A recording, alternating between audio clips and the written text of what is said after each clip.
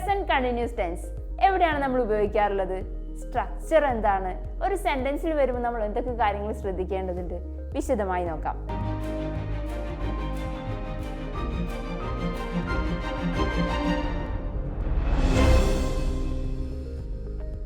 Present continuous tense എന്നാൽ ഇപ്പോൾ നടക്കുന്ന കാര്യങ്ങളെ കുറിച്ച് പറയുമ്പോഴാണ് നമ്മൾ ഉപയോഗിക്കാറുള്ളത്.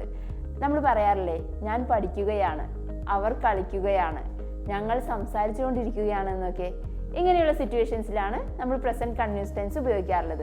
സ്ട്രക്ചർ വരുമ്പോൾ subject plus is or am or are plus വെർബിന്റെ ing form. Is, am, are ഇവയുടെ അർത്ഥം വരിക ആകുന്നു അല്ലെങ്കിൽ ആണ് എന്നാണ്. നമുക്കൊന്ന് പറഞ്ഞു നോക്കാം. ഞാൻ പഠിക്കുകയാണ്, ഐ ആം സ്റ്റഡിയിങ്, ഐയുടെ കൂടെ ആം ആണ് വരിക. അവൾ കളിക്കുകയാണ്, ഷീ ഈസ് പ്ലേയിങ്.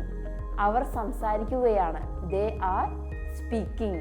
അപ്പോൾ ഐയുടെ കൂടെ ആം വരും. ഹി, ഷീ, ഇറ്റ് ബാക്കി സിംഗുലർ സബ്ജക്ട്സിൻ്റെ കൂടെ ഈസ് വരും. അതല്ലാതെ പ്ലൂറൽ സബ്ജക്ട്സ് ഒന്നിലധികം ആളുകൾ ഉണ്ടെങ്കിൽ നമ്മൾ അവിടെ ആറാണ് ഉപയോഗിക്കുക. ഈസ്, ആം, ആറിൻ്റെ അർത്ഥം ആകുന്നു അല്ലെങ്കിൽ ആണ് എന്നാണ് നമ്മൾ പറഞ്ഞു. പ്രസന്റ് കണ്ടിന്യൂസ് ടെൻസിൽ അല്ലാതെയും നമ്മൾ ഇത് ഉപയോഗിക്കാറുണ്ട് അല്ലേ? എവിടെയാണ്? അവനൊരു ഡോക്ടറാണ്, എങ്ങനെയാണ് പറയാ? He is a doctor. ഞങ്ങൾ കുട്ടികളാണ്, വി ആർ ചിൽഡ്രൻ. അവർ ടീച്ചേഴ്സ് ആണ്, ദേ ആർ ടീച്ചേഴ്സ്.